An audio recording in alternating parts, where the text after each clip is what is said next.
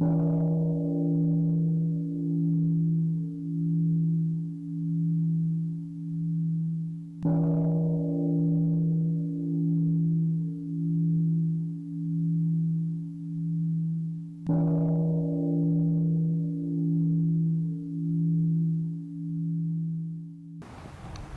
mô Đức Bổn Sư Bồ Sa Keo Mâu Ni. Con kính bạch sư ông, kính thưa quý thầy, quý sư cô cùng toàn thể đại chúng. Cũng xin chào các vị cư sĩ đang nghe pháp thoại online. Đại chúng, hôm nay là ngày 29 tháng 3, chúng ta đang ở tại tiền đường Voi Trắng, tu viện Vườn Ươm Làng Mai, Thái Lan. Hôm nay chúng ta có buổi pháp thoại trực tuyến bằng tiếng Việt. Dù quá. Sáng hôm nay thì mình đã có buổi ngồi thiền online. Và sáng nay lúc mà đang trong cái giờ ngồi thiền thì con có mở mắt ra, con nhìn xung quanh thì thấy đại chúng đi khá là đầy đủ, mà đặc biệt là không có ai ngủ gục hết.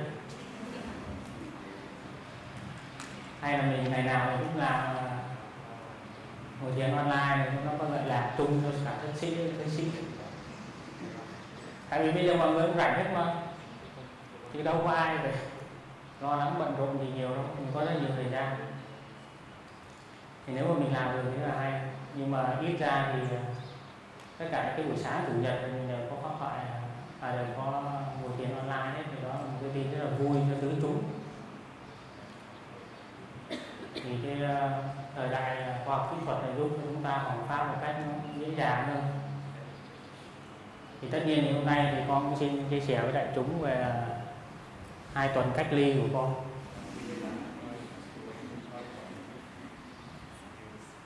Thì con cũng mới kết thúc 2 tuần cách ly, gọi là kết thúc 2 tuần nghỉ dưỡng thì nó đúng hơn, tại thất Sư Bá, thất của Hòa Thượng Thủ Tọa. Thì sau khi con đi Hồng Kông về thì con còn nhớ là sau khi con đi Hồng Kông 1 tuần ấy, thì được nghe cái tin là Thái Lan ấy, có một cái chính sách là tất cả những cái người nào về từ những cái nước tâm dịch như là Hồng Kông, Trung Quốc, Ý, Pháp thì đều phải cách ly 2 tuần ở trên Korat, trong cái trại gọi là trại quân đội đấy. Nghe thế thì ở bên kia thì con cũng lo lắm. Mà chắc trong cái lúc đó, trong cái tâm của mình ấy, nó nhảy lên một cái sự hối tiếc, biết thế không đi cho rồi. Nhưng mà con biết chắc là nếu mà được quyết định lại thì con vẫn đi thôi. Nhưng mà cái lo làm cho mình sinh ra cái tâm ảnh ấy. Thì sau đó thì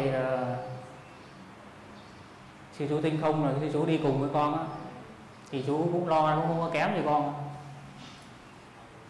Thì sư chú là bác sĩ mà có kinh nghiệm cách ly rồi. Thì sư chú nói là thầy ơi thầy, thế thì hay là mình về đó mình xin họ là cho mình tự cách ly được không?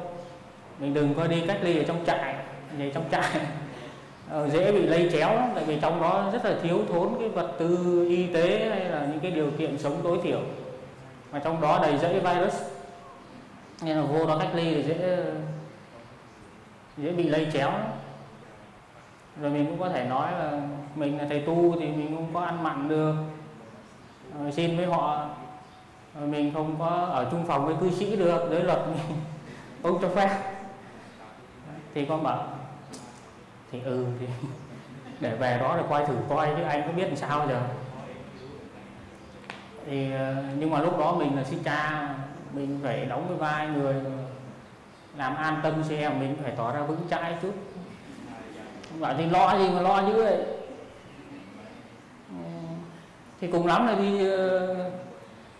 đi tập huấn 2 tuần thôi chứ có gì đâu.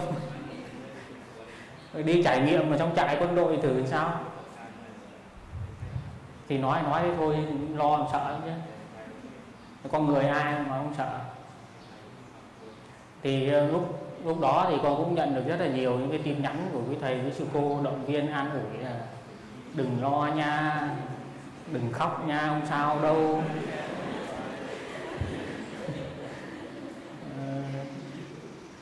Ờ, 2 tuần trôi qua mau lắm, không có sao đâu, đừng có buồn.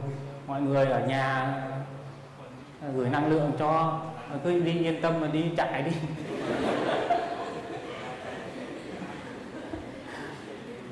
Thầy pháp niệm cũng nhắn tin, không sao đâu em, coi như là mình đi tập huấn rồi mà. Thì mình nghe là mình cũng được yên, cũng được an ủi chứ lắm. Tại vì có nguyên một tăng thân anh chị em đứng sau hiểm trợ mình, nên mình nhất quyết là mình về Thái Lan, mình đi cách ly ok. Thì lúc đó thì con với chú Anh Không rồi đi về Thái Lan. Thì sau khi về bay Thái Lan thì mọi chuyện rất là êm đẹp, không có chuyện gì. Họ chỉ có kiểm tra xem mình có triệu chứng nào của nhiễm virus không thôi, còn nếu mà không có thì họ cho mình đi qua, và họ không có nói là mình phải tự cách ly gì hết.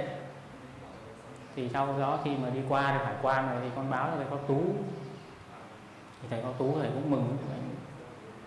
Xong rồi thầy con hỏi thầy là thế bây giờ sao, bây giờ con muốn là con về để cách ly không?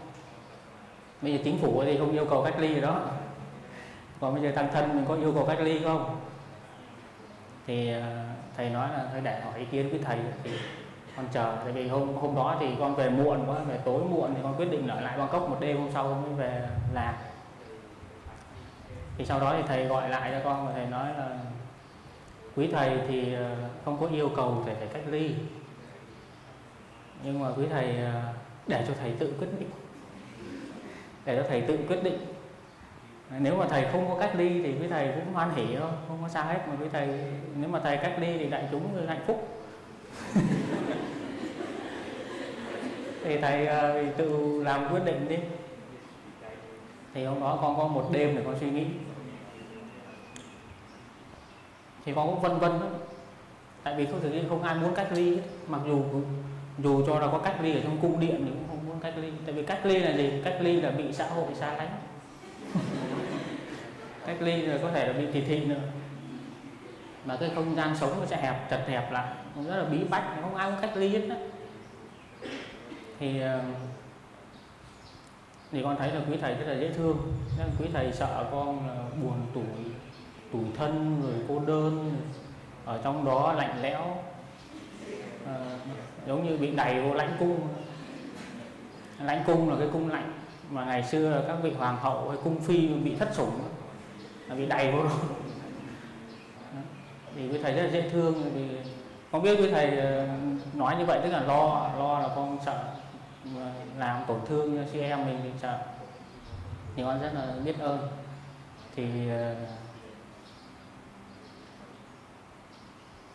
Thì sau đó thì con suy nghĩ, thì con quyết định là mình phải tự cách ly thôi.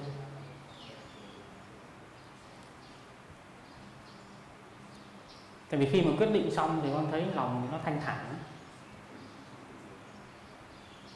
nó hạnh phúc, nó nhẹ nhàng. Tại biết sao? Tại vì mình không chắc là mình có bị nhiễm hay không. Và nếu như mà mình không cách ly thì mình về chúng thì có thể mình lây nhiễm cho người khác. Và trong suốt cái thời gian mà mình chờ đợi để mình lây nhiễm cho mình phát bệnh ấy, thì mình lo lắm, mình không biết là mình có bị nhiễm không. Rồi anh em nhìn mình cũng bằng cái con mắt khác. Thì có thể, tại vì con biết là cái đợt mà con cách ly, trong cái thời gian cách ly ở trên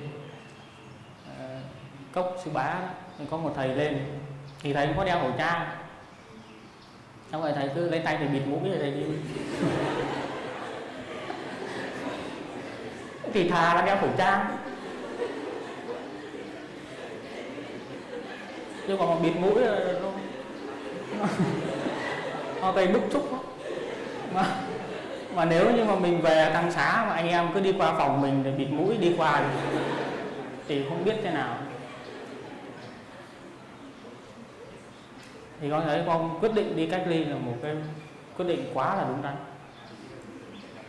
Thầy quyết định xong thấy nó hạnh phúc, nó thanh thản, nó không có lo nghĩ gì hết, chỉ lo ăn, lo ngủ ở trong đó làm gì đâu, không phải đi họp, không phải xử lý, phải lo lắng bất cứ việc gì ấy. Có thị giả siêu đầu bếp nấu ăn ngày nào. Thì nhưng mà khi mà nhìn lại đó,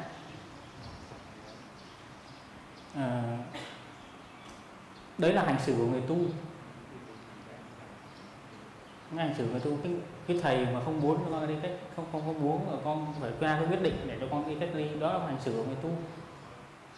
Nó thấy là mình quyết định mình tự đi cách ly, đó là hành xử của người tu. Thì không biết ngoài kia họ có hành xử như vậy không? Tại vì nhìn lại thì mình tự hỏi là tại sao mà cái tình hình dịch bệnh bây giờ lây lan nhanh như vậy.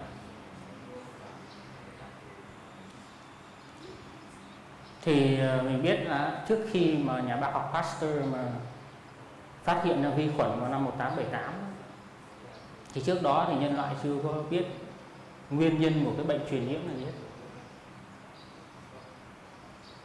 Thì họ chỉ có cho rằng là cái người mà bị truyền nhiễm đó là do quỷ ám hay là thần ô uế nhập vào họ. Và tất cả những cái dịch bệnh xảy ra từ trước đến nay đều có một biện pháp là cách ly. Một cái biện pháp là cách ly. Nhưng mà ngày xưa họ cách ly tùy theo cái tình hình dịch bệnh, cái mức độ lây lan nặng nhẹ, rộng hẹp của cái bệnh dịch đó mà họ cách ly như thế nào. Nhưng mà phần lớn là rất là thô bạo. Cách ly rất là thô bạo, phi nhân tính, hầu như bị nhốt. Và đôi khi có người bị chôn sống. Nó là lâu rồi, không phải bây giờ, nên là cũng đừng có nhìn lo lắng vậy. Lâu rồi. Nhưng mà bây giờ thì có như vậy không? Tại vì khi mà tại sao người ta không muốn đi cách ly? Tại sao người ta lại trốn cách ly? Tại vì là cái sự kỳ thị, cái sự sợ hãi của những cái người mà chưa bị nhiễm bệnh, mà làm cho cái người bị bắt buộc phải đi cách ly họ rất là sợ kỳ thị. Con hồi mà con ở trong thất ấy, thì con nhận một cuộc điện thoại của một người mà cái hồi đó là thì nói là con thấy ơi, con sắp đi ra nước ngoài rồi. Nhưng mà bây giờ con đi ra nước ngoài thì con phải đi xét nghiệm để xem mà con có bị dương tính với corona không. Thì nhưng mà con không đi đâu thầy ơi, tại con đi xét nghiệm là bị kỳ thị lắm. Và đó là cái nguyên nhân khiến cho họ, cái người nhiễm bệnh họ không dám đi xét nghiệm. Chúng biết là khi mà chính phủ Việt Nam đưa ra những cái số liệu về những người bị nhiễm bệnh từ các chuyến bay và yêu cầu những cái người mà đi chung cái chuyến bay đó ra, có ai ra? Tại vì mình sợ hãi quá, mình lo lắng và mình sợ bị kỳ thị. Cái cách mà mình hành xử với nhau trong cái lúc hoạn nạn như thế này ấy, nó còn đáng sợ hơn là virus này. Tại vì chính những cái đó làm cho mình khổ rất là nhiều. Có những người bây giờ mà cái thái độ sống bây giờ rất là thờ ơ, vô cảm, sợ tiếp xúc, xa cách. Mình không tiếp xúc thì mình không tiếp xúc với nhau bằng cách gần gũi, thì mình có thể tiếp xúc bằng ánh mắt, mình có thể tiếp xúc bằng nụ cười, nhưng không. Thì đó là một những cái nguyên nhân đấy. Khi người ta trốn đi cách ly, người ta không muốn phát lộ là người ta có bệnh, thì những cái đó nó âm thầm nó lây lan. Và cái đó là cái tình trạng mà khi mà con người ta đứng giữa cái lằn ranh của sự sống và cái chết, cái gì mà nó an nguy cho cái tính mạng của mình, thì họ hành xử một cách rất là bất chấp. Thì bất chấp.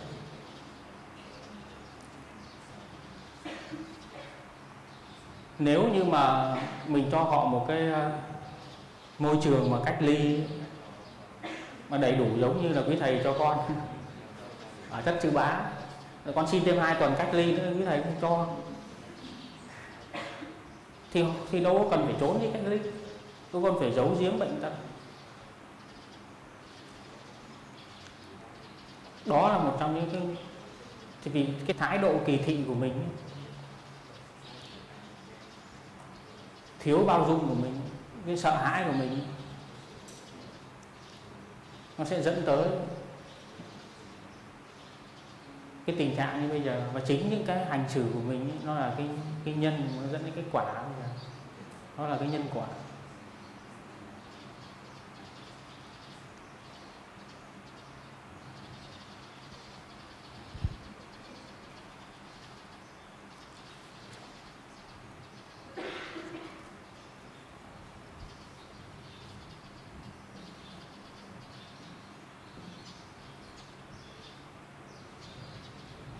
Trong cái thời gian mà con đi cách ly 2 tuần ấy, thì tại vì những cái này ấy, thì nó nhan nhản ở trên tin tức, thì con có gọi điện về nhà Hải Phòng thì cũng lo gia đình xem nó như thế nào. Lúc cái đó thì Hải Phòng chưa có một ca nhiễm nào hết á. Thì con gọi điện về nhà thì gia đình con thì kể là ngay cái hồi mà sau khi mà Thủ tướng Việt Nam nói là Việt Nam thì đã hết ca nhiễm virus rồi, thì ngay ngày hôm sau thì nhiễm lại thêm mấy chục ca. Thì dân Hải Phòng không có một ca nhiễm nào hết á. Nhưng mà đi ra chợ rồi thu mua gạo, rồi dầu ăn, rồi mì gói, rồi muối, rồi nói chung là những cái thực phẩm. Gạo đôi khi có một cái tiệm mà bán ngày cả tấn, mấy tấn luôn. Thì nghe cái chuyện đó thì mình thấy là có người ta khi mà đứng trước cái bức bách, những cái mà liên quan đến an nguy của cái bản thân mình, thì họ, mà cái chuyện đó là không phải mua bình thường, nó tranh giành nhau để mua.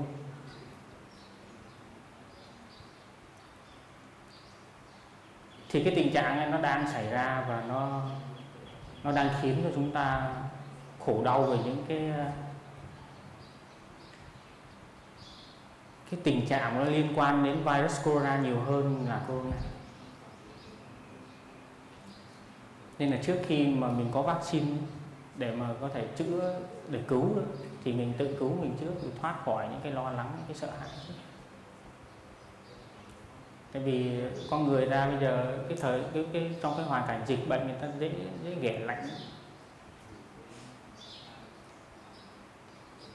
Bây giờ đơn cử một cái ví dụ,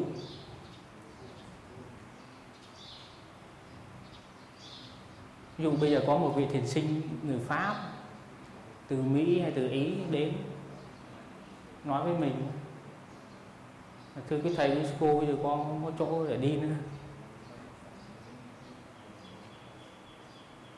con xin quý thầy, với cô cho con ở đây rồi.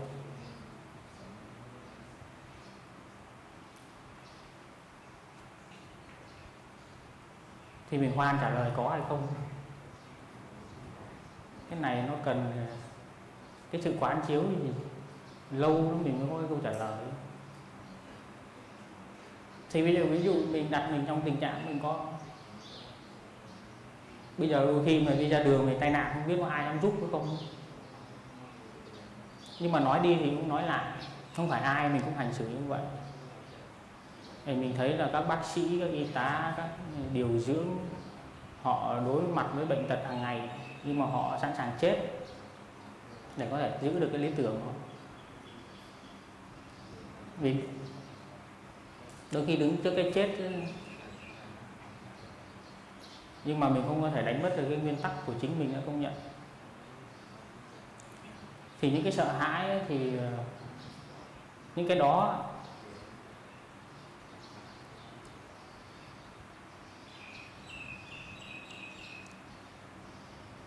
nhất là nhiều tôn giáo nào mình cũng dạy về lòng thương, người từ bi, rồi đứng trước cái đó thì mình đừng có sợ hãi. Nhưng mà nói thì dễ, ai cũng nói được hết, và ai cũng thấy như vậy hết.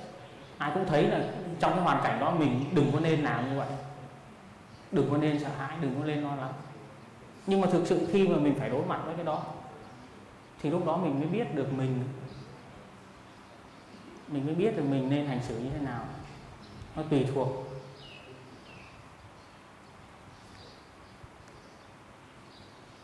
Nhưng mà trong đạo Bụt đó, thì có những cái phương pháp rất là rõ ràng. Mình không chỉ nói không, để giúp cho mình vượt qua được những cái sợ hãi, cái lo lắng, cái bất an, cái hoảng loạn. Đó là cái chính.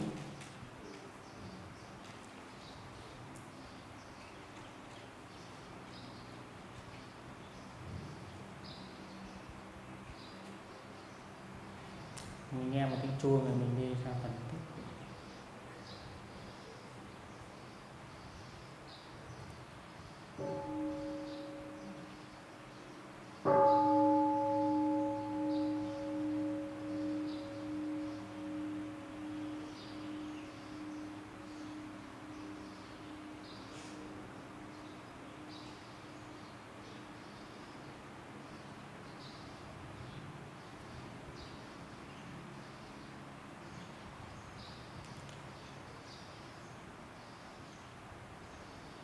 Hôm nay cái chủ đề pháp thoại của mình là ngồi yên để thấy.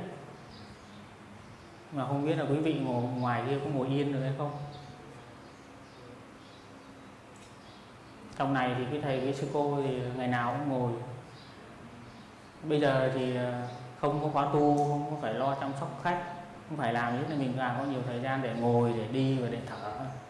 Nên là nếu mà quý vị ngoài kia mình cũng có thể không có ngồi yên được thì ở đây quý thầy với sư cô sẽ ngồi cho quý vị. Tại vì nếu mà trước cái tình hình này nó xảy ra mà mình không ngồi yên được thì bây giờ mình không ngồi yên được. Chưa chắc mình đã ngồi yên được. Nhưng mà nó muộn, nhưng mà nó không có nghĩa là không có khả năng. Thì mỗi ngày ấy, mình đều có thể dành 5 phút, 10 phút để mình tập ngồi yên. Mình phải ngồi yên. Cái điều cấp thiết mà mình nên làm nhất lúc này là mình phải tập ngồi yên.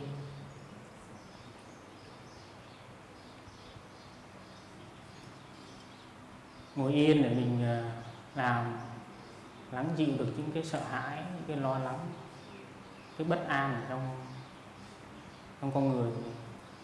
Nên đôi khi mình phải sợ vì nhiễm bệnh, nhưng mà mình sợ thất nghiệp, rồi mình sợ công ăn việc làm của mình sợ nhiều thứ lắm. Nó liên quan đến cái chuyện này. Chứ không phải là chỉ có sợ chết không, mình cũng sợ nhiều thứ, mình có lo lắng nhiều thứ. Nên là chỉ cần mà mình có cái khả năng ngồi xuống, mình trở về được, mình bám được vào hơi thở, thì tự nhiên là tất cả cái lo lắng, cái sợ hãi, cái bất an thì nó đều được lắng dịu xuống. Và đó là cái mà mình cần làm bây giờ nhất.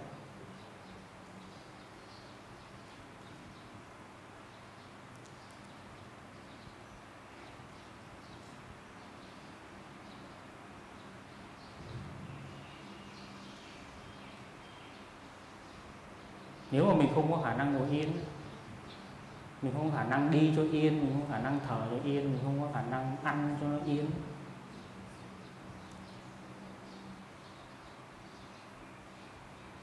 thì mình chưa chết vì corona, mình chết vì những cái lo lắng, những cái sợ hãi, những cái bất an của mình. Ở đây thì với thầy với sư cô thì đây là một cái số phận chung của nhân loại này. Nên là quý thầy sư cô cũng chịu chung cái số phận đó. Bây giờ thì quý thầy quý sư cô không đâu được đi đâu nhiều đâu. Một tháng bây giờ nghe nói là đi chợ lần thôi, không biết ăn cái gì. Ngày trước thì một tuần thì đi chợ 2 lần, mà bây giờ một tháng đi chợ có 1 lần. không biết có đủ lương thực để ăn hay không.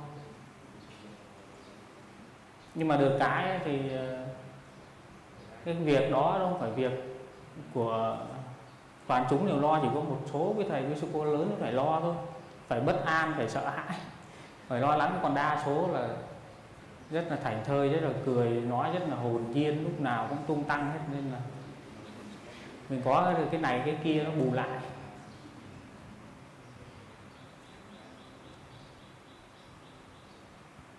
Nên là bây giờ cái hoàn cảnh bây giờ mình đều bị chung như vậy, nếu mà mình không có biết nâng đỡ, không biết yểm trợ nhau thì cái đó là một cái tai họa. Nếu mà ai cũng lo cho cái an nguy của mình thôi,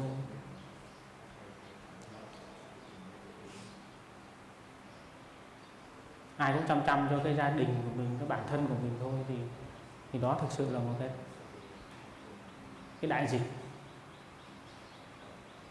Sự bất an, sự lo lắng, sự hoảng sợ nó cũng là loại virus mà nó còn giết làm người ta khổ mau hơn.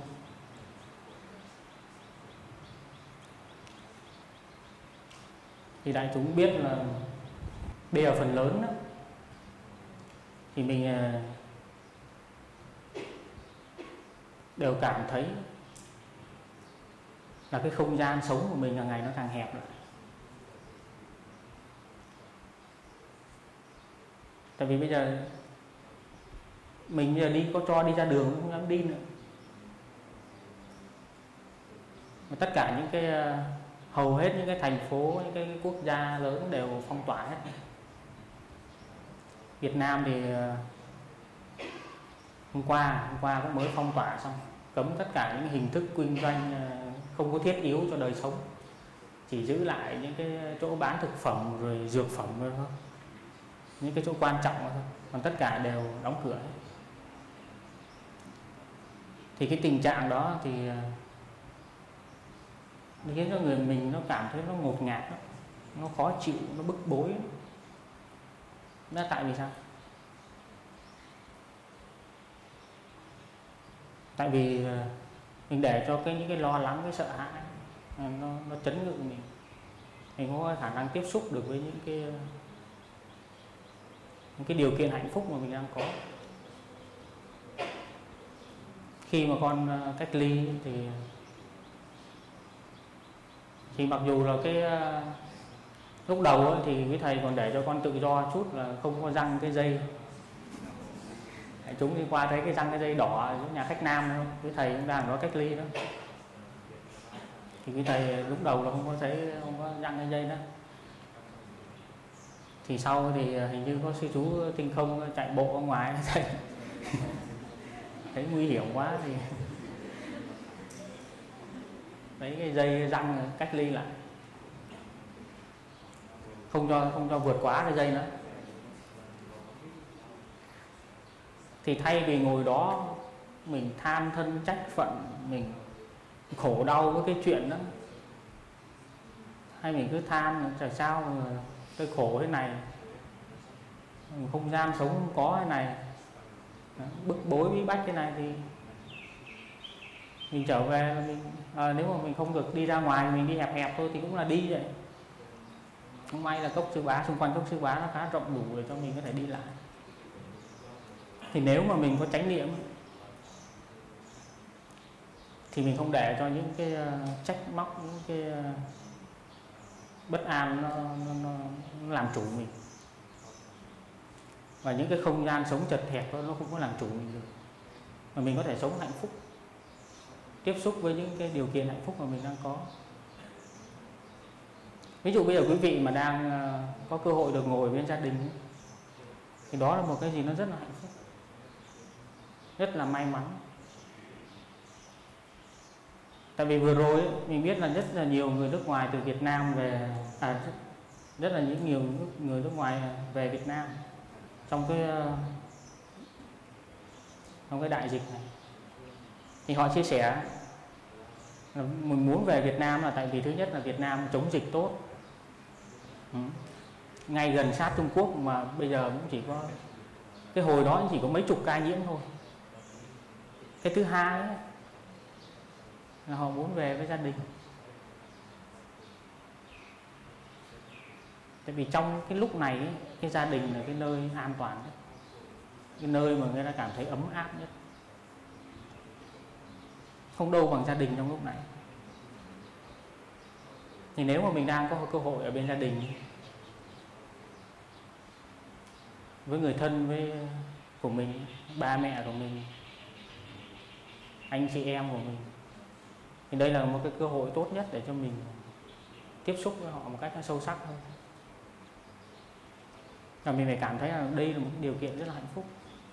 Tại vì có rất nhiều người bây giờ muốn về Việt Nam không được, có nhiều người kẹt ở nước ngoài rồi không về được nữa, mà họ chỉ ở trong một cái apartment bé xíu thôi, và họ không được đi ra, họ loanh quanh trong đó thôi, không đi ra, và ở một mình. Rồi có những cái người Việt mà bay hết 6 ngày mới về Việt Nam mà cũng phải chấp nhận, thà bay 6 ngày về Việt Nam còn hơn là không về Việt Nam.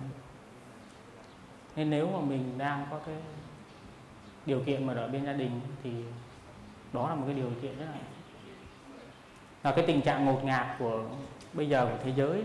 Thì trong kinh cũng có một cái hình ảnh, mình có cái bài kệ vô thường đó. Bài kệ vô thường.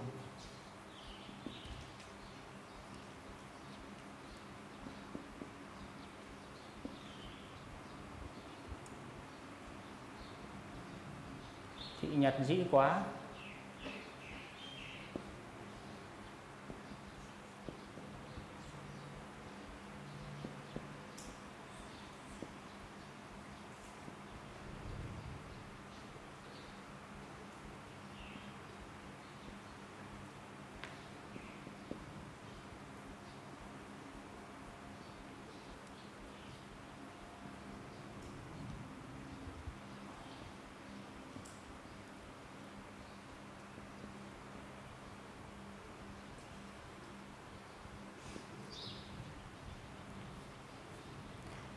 thị nhật dĩ quá nghĩa là không có dịch rồi. Thị nhật là ngày hôm nay đã qua, ngày nay đã qua rồi. Mạng diệt tùy giảm, tức là cái đời sống, cái thọ mạng của mình cái theo đó nó giảm. Thế bây giờ chỉ cần một ngày mình mở mắt ra là mình đã biết có bao nhiêu người chết. Và cái mạng sống, cái đời sống của mình cũng đang chết. Và mình đừng có nghĩ là mình không có bị nhiễm. Cái đó là cái chuyện ở đâu chứ không phải của mình. Mình đừng có nghĩ là mình là an toàn, ai cũng có thể bị nhiễm hết. Ai cũng có cơ hội để bị nhiễm.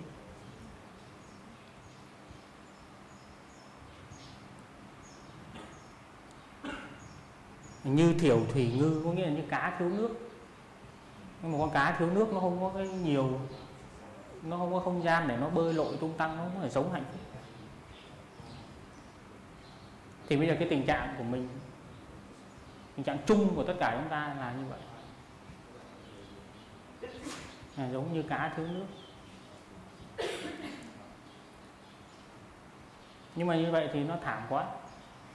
Với thầy với sư cô ở đây mình vẫn tung tăng là vì mình có pháp môn. Mình may mắn, mình phải thấy mình may mắn mình có pháp môn, chứ ngoài kia sợ hãi, nhiều sợ hãi và lo lắng lắm. Mình cứ chỉ cần mà đi làm visa ở Corac thôi, mình đã thấy cái sự sợ hãi của các nhân viên ở đó phải tiếp xúc với mình như thế nào. Chứ không phải là giống như mình ở đây đâu. Giống như thầy Pháp Niệm hôm qua nói là bên Mỹ, các tu viện của mình ở bên Mỹ bây giờ như vậy đó. Không ai tiếp xúc với ai. Thì trên lý thuyết là như vậy. Ở bên trong thì vẫn nghe nói là vẫn đi chơi núi rồi. Tại vì nhà mình mà, có sợ gì đâu. Miễn sao để cho họ đừng thấy thôi, để họ phạt.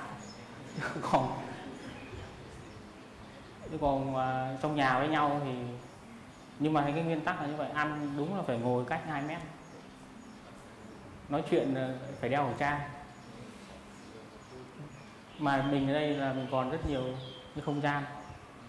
Thì chưa biết là đến lúc nào mình phải bị như vậy, mình bị cấm như vậy. Nhưng mà bây giờ mình đang có những cái không gian và nhiều cái điều kiện để mình sống. Nhưng mà ngoài khổ chứ.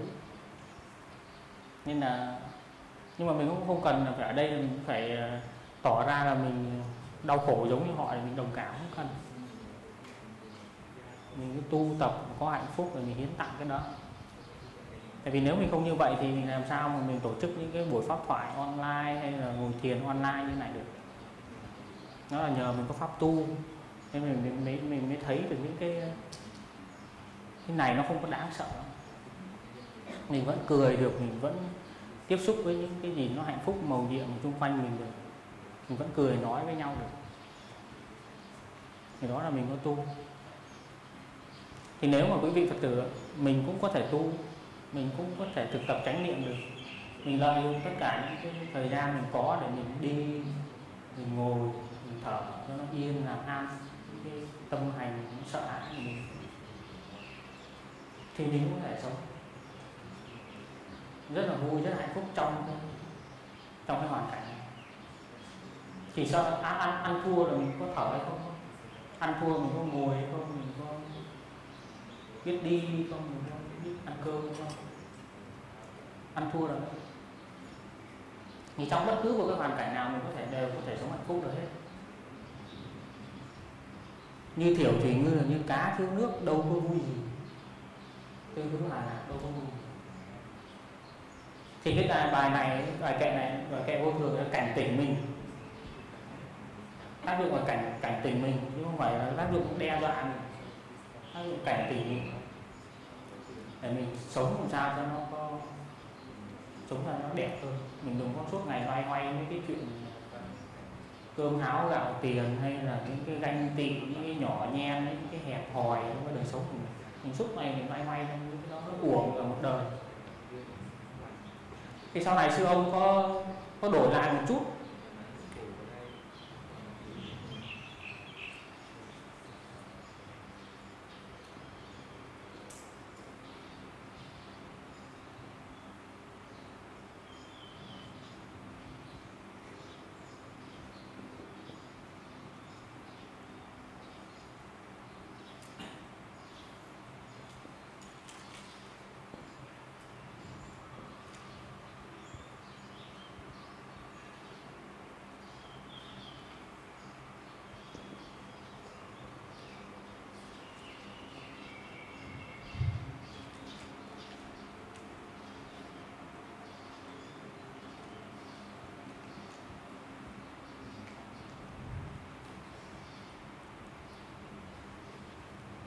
Thì ông đổi lại đời sống ngắn lại, nhưng mà hãy nhìn cho kỹ ta đã làm gì.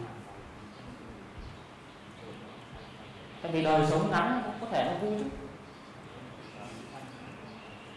chứ không phải là đôi khi có người mà sống dài thì cũng chết, sống lâu quá thì cũng chết, sống khổ quá thì cũng chết. Thế là đời sống ngắn đó là cái thấy của ông. Nên ông có đổi lại chút, ông có dùng cái hình ảnh này. Tại vì thấy cái đời sống đó, tuy là bây giờ mình có sống không gian của mình nó không có được rộng rãi như là trước đây, nhưng mà mình cũng có thể sống hạnh phúc được. Mình phải có chủ quyền. Khi mà mình thực tập, mình có pháp môn thì mình có thể làm chủ được cái hoàn cảnh như cái bản thân mình. Thì hãy nhìn cho kỹ ta đã làm gì. Khi mà một cái ngày đi qua, đời sống ngắn lại thì mình nhìn cho kỹ mình làm gì. Mình có đang góp phần vào để đóng góp cho cái tình trạng bệnh này nó thêm nặng. Mà mình đừng có nghĩ là mình không có liên quan gì hết. Một cái sự kỳ thị, một cái đôi mắt thờ ơ, một cái hành xử lạnh nhạt, đó là đang góp phần vào cho cái chuyện này nó xảy ra. Nên là mình phải nhìn cho kỹ. Mình đã sống như nào, mình sống có hạnh phúc không? Mình đời sống của mình thực sự có hạnh phúc hay không? Mà hạnh phúc, nền tảng của hạnh phúc là cái sự an lạc, cái bình an. Mình có bình an không? Đây là cái cơ hội để cho mình nhìn lại. Tại vì thực sự cái sự thực mình không biết là mình sẽ chết lúc nào. Cái sự thực là như vậy. Mình không biết là mình sẽ chết lúc nào, không biết lúc nào đến lượt mình phải đi cách ly đâu.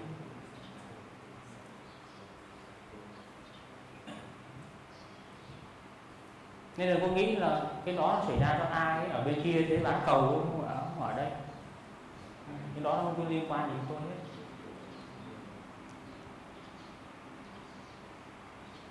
Tại vì nếu mà bây giờ mình có thực tập thì đến một khi mà mình đối mặt với nó thì mình sẽ khổ đau gấp 100.000 lần, mình có chịu nổi. Và mình sẽ dễ dàng mình hành xử một cách gọi là thiếu nhân tính.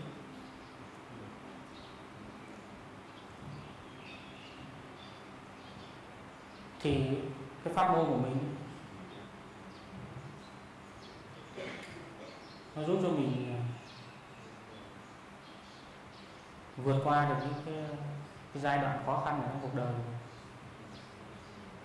Nó giúp cho mình đi qua những khó khăn một cách nó dễ dàng hơn. Tất nhiên mình cũng có khổ đau, nhưng mà mình sẽ bớt khổ hơn.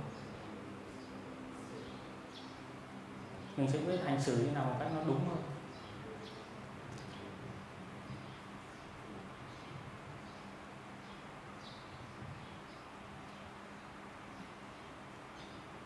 Mà như con nói thì ai cũng biết là cái nguyên tắc, những cái nguyên tắc đạo đức mình cần phải giữ hết.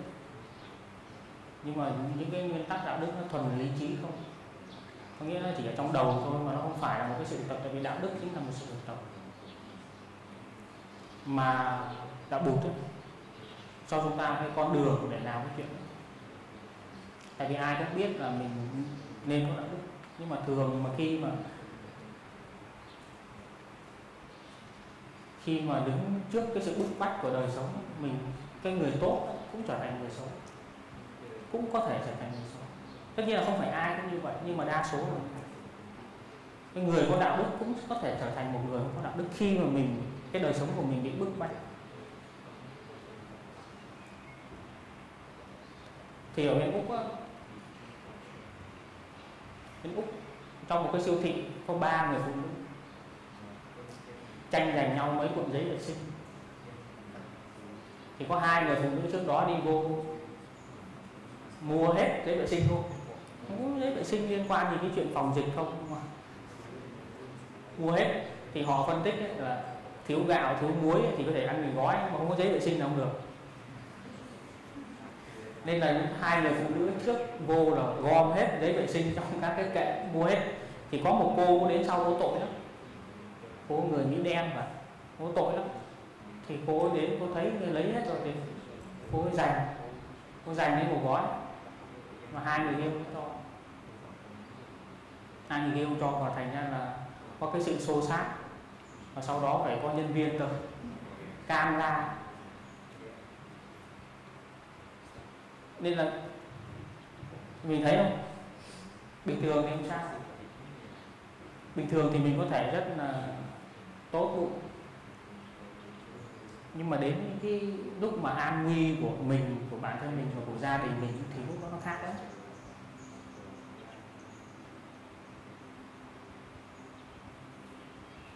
Và lúc đó mình không còn là chính mình không còn là giữ được những cái nguyên tắc sống mà mình đã công nhận trước đó.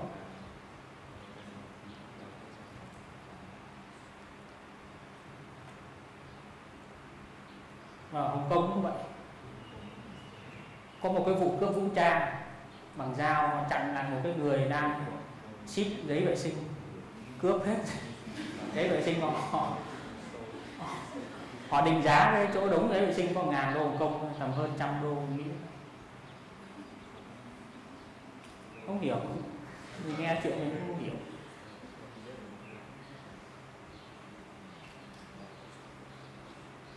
Đấy, nên là mình thấy mình có rất là nhiều hạt giống tốt, nhưng hạt giống xấu cũng nhiều không kém.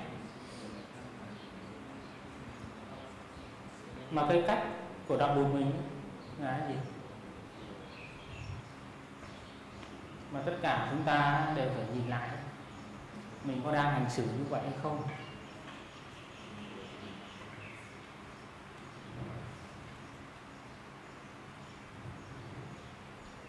Mà mình đặt trường hợp là ví dụ nếu một người sư anh sư chị sư em của mình bị như vậy, bị bệnh như vậy thì mình như thế nào? Mình đây là một cái thiền quán, mình sẽ hành xử với người đó như thế nào?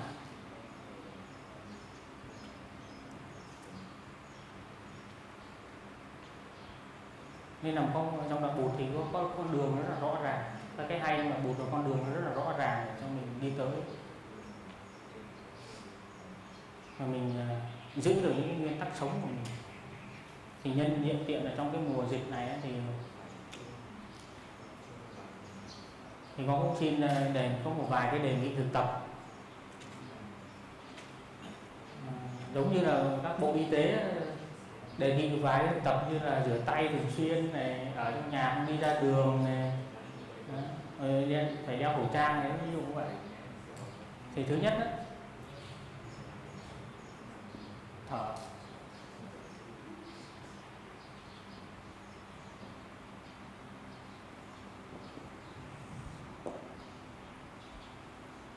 Tại vì cái hơi thở của mình á, nó có khả năng trị liệu. Mình mà thở càng sâu thì mình càng tập thở thì tự nhiên là cái hơi thở mình nó sâu, và như thế thì làm cho cái phổi của mình nó khỏe hơn, và nó sẽ tăng cái sức đề kháng đối với những cái bệnh viêm nhiễm hay những cái loại gì tương tự như vậy. Chỉ cần thở thôi, thở là mình sẽ có cái cơ hội mình trị liệu cho cái thân của mình. Tại vì mình biết rồi, khi mình thở thì tự nhiên là con người mình nó buông thư, và dù khi mà mình đang có bị bệnh thì cái sự trị liệu nó cũng xảy ra dễ hơn khi mà cái thân thể của mình nó có sự buông thư và thư giãn, thay vì mình ngồi đó mình lo lắng sợ hãi thì mình thở. Thì cái hơi thở của mình nó giúp cho làm tăng cái sức đề kháng của cơ thể của mình lên, nó giúp cho tất cả những cái tế bào trong cơ thể nó mạnh lên, và nhờ vậy nó có thể tăng cái hệ thống miễn nhiễm của mình. Thì thở ở đây là một điều tất cả, nên là thở rất là quan trọng, thực tập thở. Tại vì nếu như mà bây giờ mà mình có một cái trục trặc nào đó trong thân của mình mà mình không biết phải làm gì, mà bây giờ bác sĩ cũng bó tay cũng không nói cho mình biết phải làm gì, thì mình làm gì?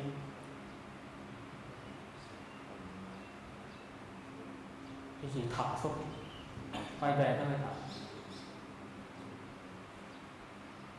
Mình lúc đó thì cái hơi thở mình giúp cho mình tự trị liệu, giúp cho mình tự trị liệu, và nó có cái tác dụng là cái thứ hai ấy, là mình không để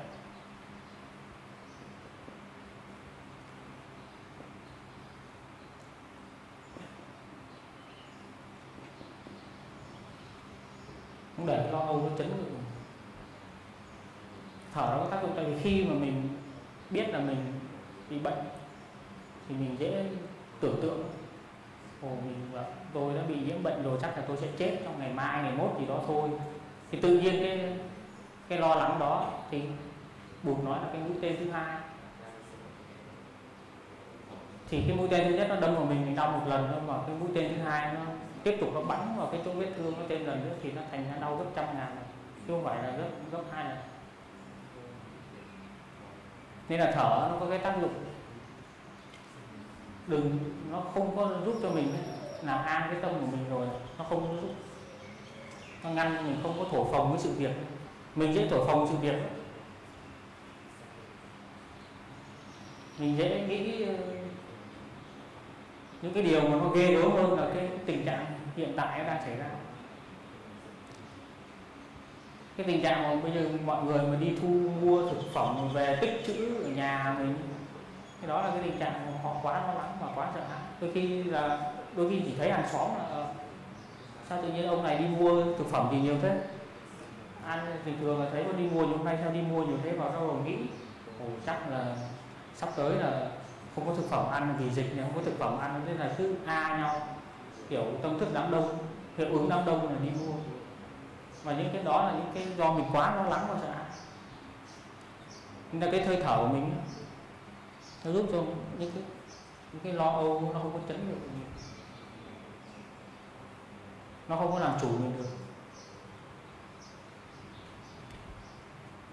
Và cái thứ ba là không có đọc tin nhiều.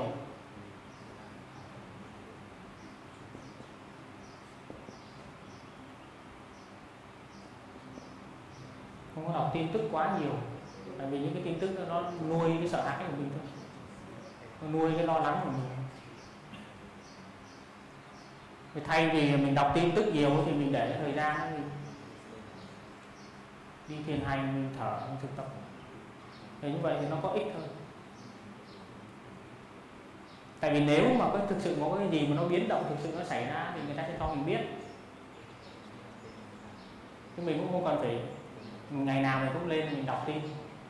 Đọc những cái đó để làm cho mình sợ hãi thêm. Thì hôm qua con ngồi với thầy Pháp Nguyện đấy, thì con nói với thầy Pháp Nguyện này, Mỹ bây giờ là hơn 100.000 người chết rồi, có 100.000 người nhiễm, 100.000 người nhiễm virus rồi. Tôi bảo thế à? Em không biết gì hết. Chứng tỏ là mình đọc tin nhiều hơn thầy Pháp Nguyện. Nên là nếu mà có cái gì nó xảy ra thì người ta sẽ cho mình biết. Nếu mà mình đọc tin mà mình có thể làm chủ được nó, mà mình học hỏi từ nó thì mình đọc thì được. Nhưng mà mình đọc để cho mình sợ hãi thêm, mình lo lắng thêm thì mình cũng nên đọc. Thì trong cái lúc này nó làm sao để cho cái tâm mình nó yên lặng. Và mình luôn luôn tìm cách để mình thực tập cái điều đó. Cái thứ tư là vấn đề phúc đức.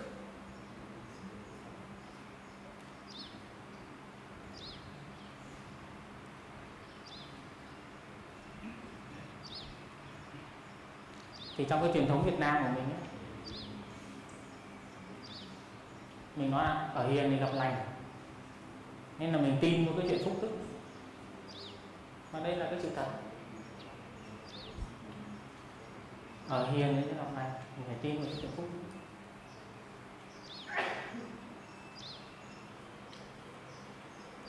Mình có trong cái thời buổi này mình có ở trong một cái nhà bọc thép, mình có thể nhiễm bệnh như thường, chết như thường. Nên phúc đức có thể bảo vệ mình. Và vì Việt thì tin vào cái chuyện nếu mà mình ở hiền thì sẽ gặp lành, mình có đức thì mặc sức mà ăn.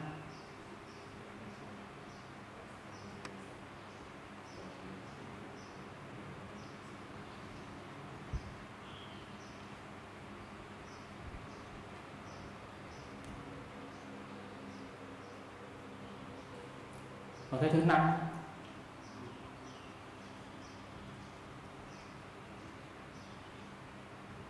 là mình phải quán chiếu.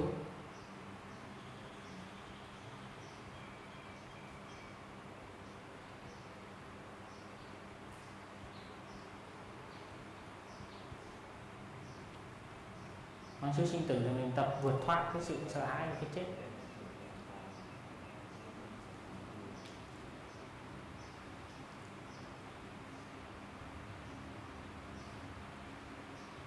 Mình trở lại cái chuyện phúc đức này một chút. Ngày xưa thì cái quan niệm của người xưa thì chữ đức đó, người có đức là cái người mà đứng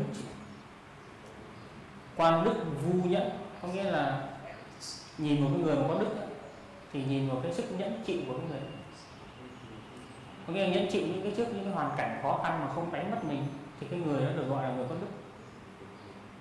Trước cái hoàn cảnh khó khăn mà mình vẫn giữ được cái đạo đức thì đó là cái người có đức.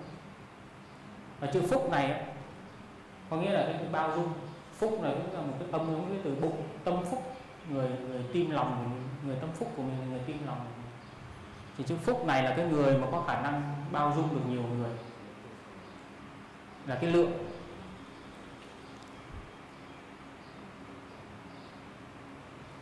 Thì như mình nói, cái chữ đức không phải ai là mình cũng có thể giữ được nó một cách toàn hảo, nó trọn vẹn. Nên là mà trong cái thực tập của mình, nó có một cái thực tập giúp cho mình có thể giữ gìn được cái phúc đức của mình. Vì đây là một cái đề nghị thực tập,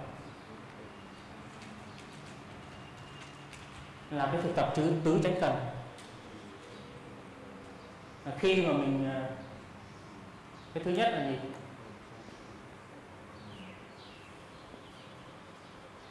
Khi một cái bất thiện pháp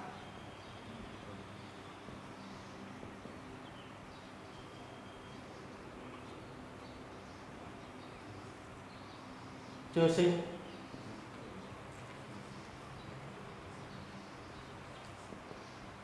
thì đừng làm cho nó sinh.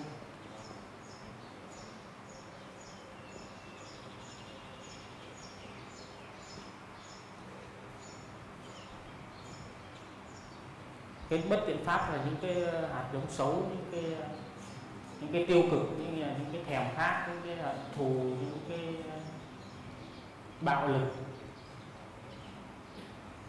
Mà khi mà nó chưa phát sinh thì mình đừng cho nó có thức ăn để nó sinh khởi lên.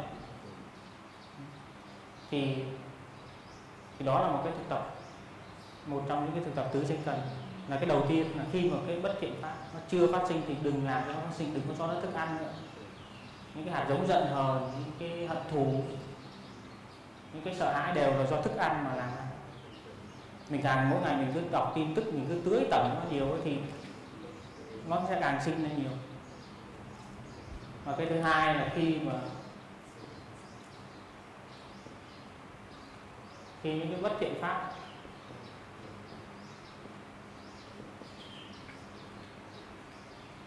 sinh khởi rồi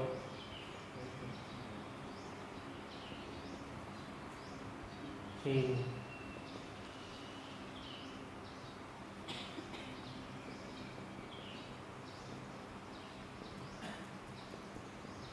làm cho nó tiêu diệt. Tức là khi mà có một cái hận thù, những cái bất thiện pháp mà nó biểu hiện lên tâm thức cái thì mình phải nhận diện nó liền. Chứ nếu mà mình cứ để nó càng lâu ở trên cái vùng ý thức của mình thì cái hạt giống nó sẽ càng ngày nó càng lớn lên. Nên là khi mà những cái bất thiện pháp sinh khởi thì mình phải phát khởi cái chánh niệm liền, để mình ôm với nó, mình làm cho nó lắng dịu xuống. Cái thứ ba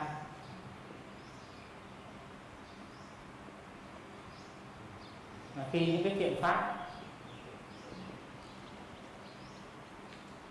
chưa sinh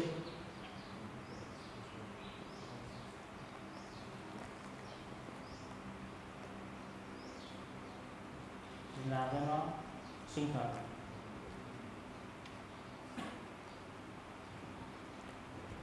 Nếu mà mình trong hàng ngày mà mình chưa thấy một cái thiện pháp nào nó sinh khởi, ví dụ như cái tâm thương yêu, cái tha thứ, bao dung, mình không thấy nó phát hiện thì mình phải làm cho nó phát hiện. Nếu mà mình thấy thì nếu còn mình chưa có thương được ai, mình chưa có tha thứ được cho cái người đó, cái người mà làm khổ mình, thì mình nên phát khởi một cái tâm tha thứ và bao dung với cái người mà làm khổ mình. Thì đó là cái thiện pháp chưa sinh thì làm cho nó sinh ra. Thì nếu như mà mình mà làm cho nó sinh ra thì mình phải cho nó thức ăn. Thì mình có thể nghe pháp thoại hay đọc sách hay đọc kinh, thì những cái đó nó tưới tẩm mỗi ngày thì cái thiện pháp nó mới làm sinh khởi được. Nghĩa là mình phải cho nó thức ăn, cái gì cũng cần thức ăn hết.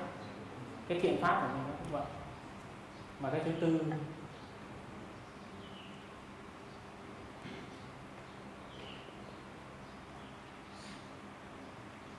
sinh khởi rồi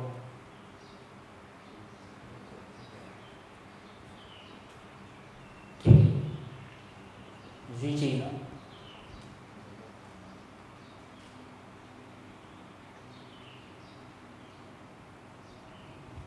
Nghĩa là khi mà những cái tâm thương yêu mà nó được phát khởi rồi thì mình phải làm sao để tiếp tục nó duy trì nó càng lâu thì càng tốt. Mình đừng có kiểu như là sáng nay mình cứ cười với nó, mình có vẻ tha thứ, đến chiều cái là tự nhiên mình học mặt là mình hầm hầm liền. Người đó nói cái câu gì đó tiếp tục cái là mình hầm hầm liền. Nghĩa là cái thiện pháp của mình không có định, tâm thương yêu của mình nó chưa trở thành một cái định rồi, mình chưa có thể duy trì nó trên mặt thời gian được, nó chỉ có chớp lóe lên một chút rồi thôi, rồi tắt luôn. Thế cái người như vậy là người kiểu như là sáng nắng chiều mưa, mình không có ổn định. Thì khi mà mình trong cái đời sống của mình ấy, mà mình thực tập được thì mình sẽ làm cho những cái thiện pháp chưa sinh thì được sinh khởi, và những cái gì mà nó bất thiện thì mình không có làm cho nó biểu hiện. Thì cái nội dung của cái này là cái gì?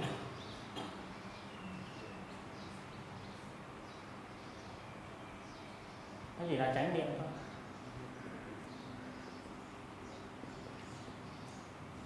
Nếu mình không có chánh niệm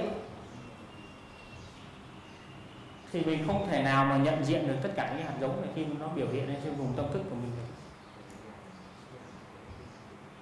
Nếu mà mình không có biết thở, mình không có làm chủ được cái bước chân của mình, biết ăn trong chánh niệm, thở trong chánh niệm, ngồi trong chánh niệm, thì khi mà những cái thân của mình chưa nắm được thì cái tâm của mình làm sao mình nắm được?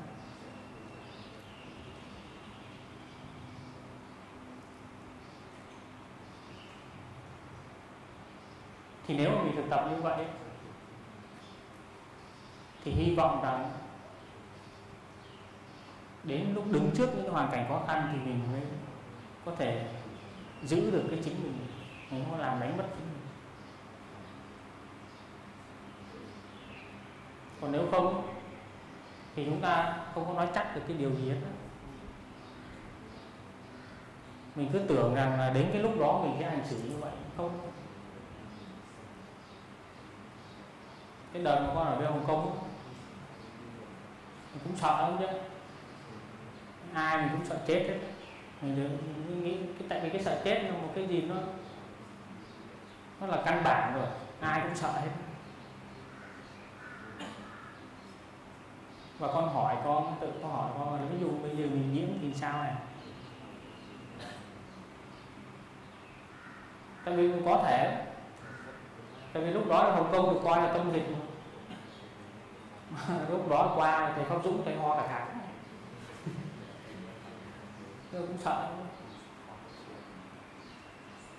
Vì lúc đó thì mình sẽ hành xử như thế nào? Mình có sợ hãi, mình có đấm ngực bứt tóc luôn, mình sẽ hành xử như thế nào?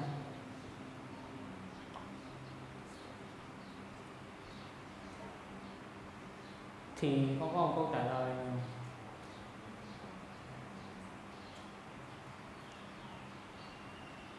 mình không biết mình xử nào. Tại sao mình trả lời như vậy?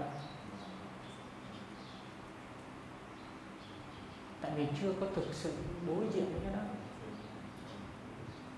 Tất cả đều là trong tưởng tượng của mình thôi.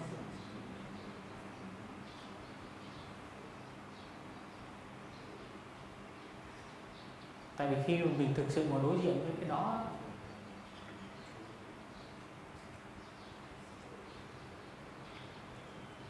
mình bị tê liệt. Mình bị tê liệt. Thì con có nhớ một lần là con đi chơi cái trò cảm giác mạnh với các vị U23 này. Thì chơi những cái trò cảm giác mạnh ấy, thì nó cũng vui nhưng mà nó sợ. Thì mình chơi với cái, thì mình cũng còn trẻ mà, mình cũng đua đòi theo mấy em mà. Thì chơi cái trò bình thường la hét dữ, cái trò mà cảm giác mà chưa có mạnh lắm thì la hét dữ, mà đến cái trò mạnh một cái là không la được luôn.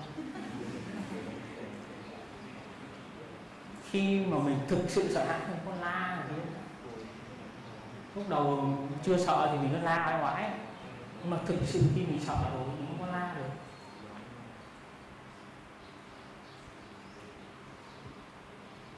Nhưng mà nói như vậy nghe là mình tuyệt vọng hay sao? Nên là mình phải tập đối diện với cái sợ hãi, cái sinh tử. Bây giờ đi thì khi ông hay nói người trẻ thì thường không có sợ chết. Tại vì không phải là không có sợ chết, nhưng mà tại vì mình nghĩ rằng mình còn sống lâu lắm, nó chưa tới với mình bây giờ đâu. Mình bây giờ mới có 20 tuổi, 23 tuổi, mình còn sống 70 mấy năm nữa.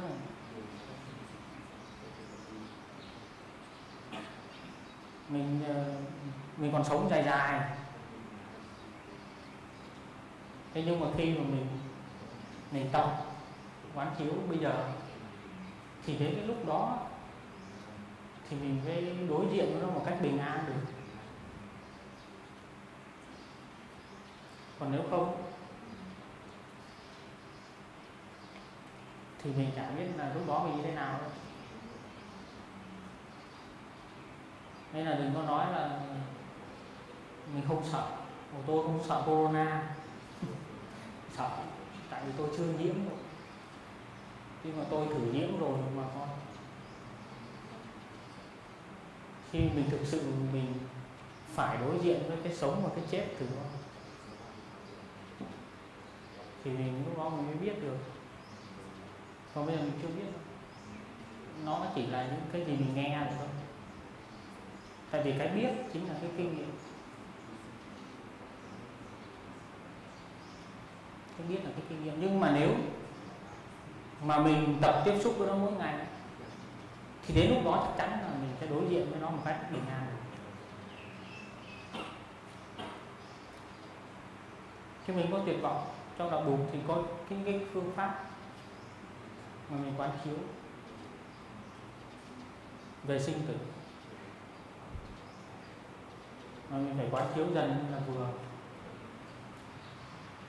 Con ấy thì sức khỏe tốt, nhưng mình cũng ít khi mà mình nghĩ tới là mình sẽ bị bệnh, mình phải nằm liệt giường hay là mình một ngày đó mình sẽ chết.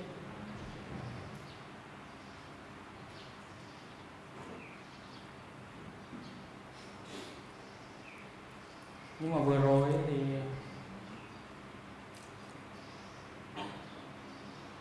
mình có thực tập, mình tập quán chiếu. Nhưng còn trẻ, mới có mấy 37 tuổi, còn trẻ.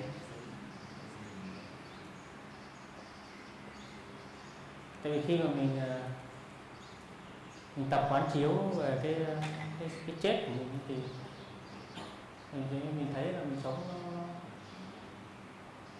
nó có thiệt, nó có bao dung hơn chứ. Nó có thiệt là như vậy.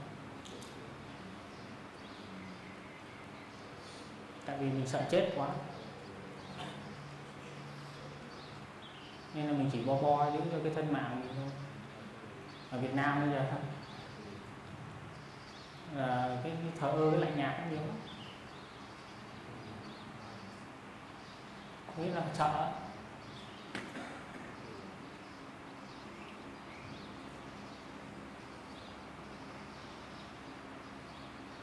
Thì như con nói, tất nhiên không phải ai cũng như vậy, nhưng mà đa số là khi mình là như vậy. Thì cái thực tập của mình hỏi là trong cái lúc này mình hiến tặng cái gì, thì mình chỉ có biết hiến tặng cái bình an của mình thôi. Thứ nhất là trong chúng mình đây, mặc dù là corona chưa tới, nhưng mà cũng có thể có cái sự kỳ thị, có cái sự lạnh nhạt, có cái sự thờ ơ rồi. Nên không cần phải đợi cái kia nó tới rồi mình mới có cái đó, mình có thể thấy cái đó.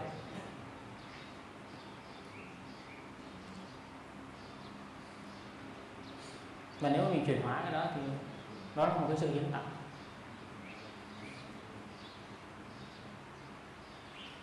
Thì mỗi người chúng ta ai đều có thể có cái đó để hiến tặng hết.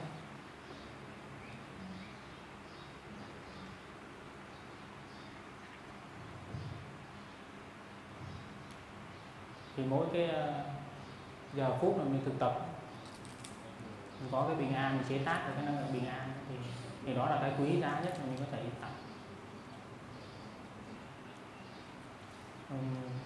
Các vị xuất sĩ và các vị cư sĩ cũng như vậy.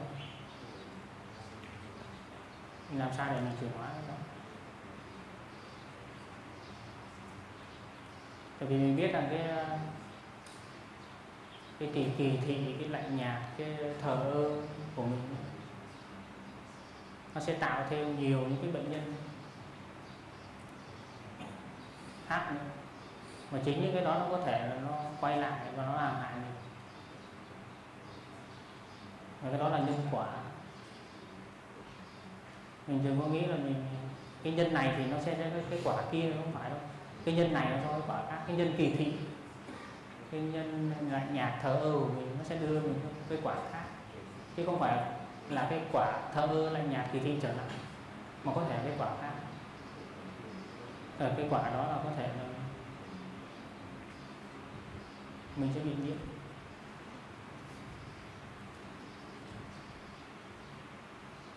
Nên là cái phúc đức ấy, nó quan trọng. Mình sống làm sao cho nó có phúc đức,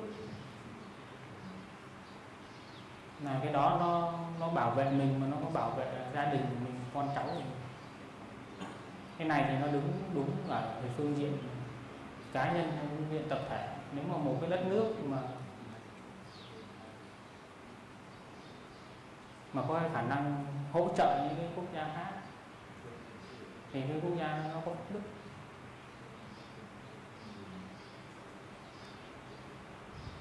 Nên là mình sống thì mà mình có phúc đức cho mình, rồi mình để lại cho thế hệ tương lai của mình.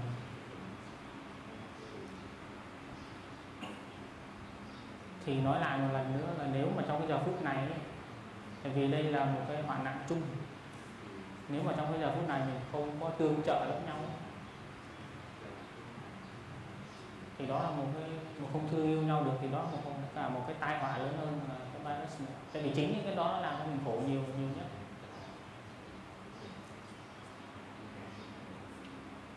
Bây giờ mình tưởng tượng ra đường không ai dám nhìn ai, không ai tiếp xúc với ai, không ai dám giúp đỡ ai khi mà có khó khăn xảy ra. Tại vì mình biết đâu người đó mang virus đến cho gia đình mình thì sao?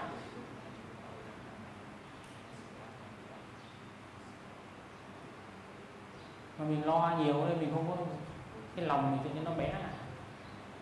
Mình sợ nhiều, cái lòng mình nó bé lại, cái tim mình nó hẹp lại.